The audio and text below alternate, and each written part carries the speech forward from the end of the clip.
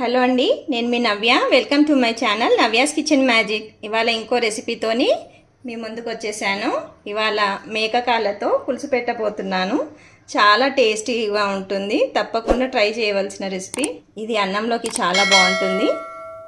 కుక్కర్లో వేసుకుంటే ఒక 15 విజిల్స్ పెట్టేసుకుంటే చాలా బాగుంటుందండి. అలాగే నా వీడియో స్కిప్ చేయకుండా ఎండ్ వరకు చూడండి. ఫస్ట్ మేకకాళ్ళు క్లీన్ చేసేసుకొని తర్వాత దాన్ని మ్యారినేట్ ఎలా చేసుకోవాలో చూపించేస్తాను మీకు. వచ్చేయండి మరి చూసేద్దాం. కాళ్ళ పులుసుకి మనము ఇప్పుడు 1.5 టేబుల్ స్పూన్ సాల్ట్ వేస్తున్నాను. ఎక్కువ స్పైసీ ఉండాలి, సో దానికోసం 2 టేబుల్ స్పూన్ మిర్చి powder, 1 tablespoon ginger garlic paste, 1/2 tablespoon turmeric powder వేస్తున్నాను, పసుపు, 1/2 tablespoon garam masala, 1/2 tablespoon ధనియా పౌడర్,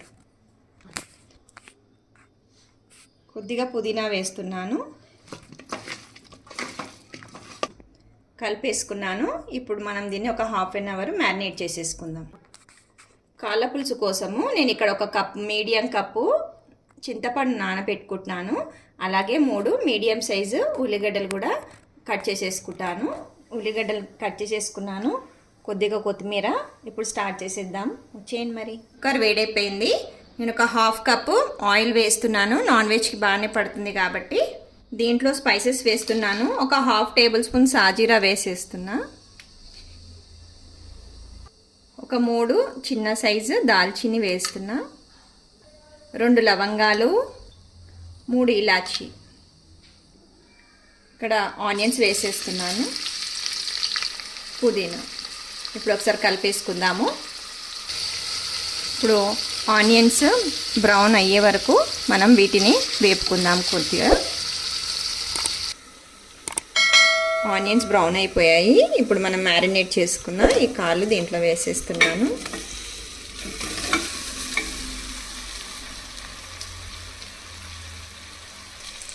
ఇప్పుడు ఒక 5 నిమిషాలు కలిపేసుకుందాము.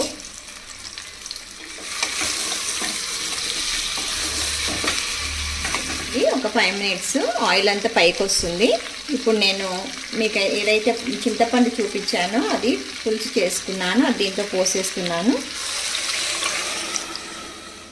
ఇప్పుడు ఒకసారి ఉప్పు కారం చూసుకోండి, మళ్ళీ తక్కువైతే వేసేసుకోండి. ఇంకొన్ని నీళ్ళు కూడా పోస్తున్నాను. ఒకసారి కలిపేసుకుందాము. ఇది మనము 15 విజిల్స్ వచ్చే వరకు కూడా కుక్ చేసుకోవాలి. లాస్ట్లో దీంట్లో నేను ఒక 1/2 టీ స్పూన్ జీలకర్ర మెంతి పొడి వేస్తున్నాను. దీంతో టేస్ట్ బాగుంటుంది. కుక్కర్ మూత పెట్టేశాను.